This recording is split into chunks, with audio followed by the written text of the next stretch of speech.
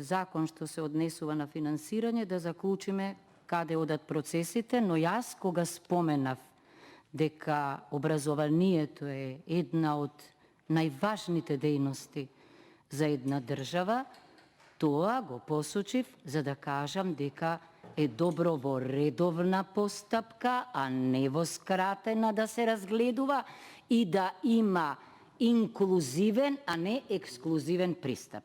Тоа ми беше тезата основна.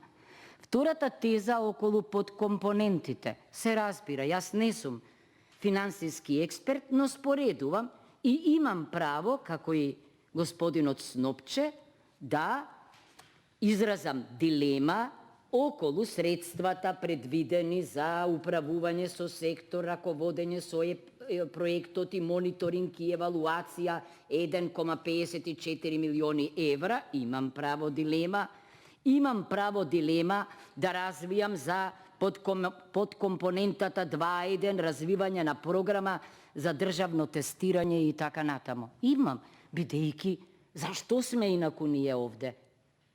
За одговори, ама јас реков дека не би сакала да добијам само финансиски одговор, бидејќи ова најмалку е финансиско прашање, туку би сакала некој да ми објасни зошто за оваа компонента се предвидени повеќе, а зошто за други се предвидени помалку пари. И мислам дека тоа е нашата функција овде, да проблематизираме.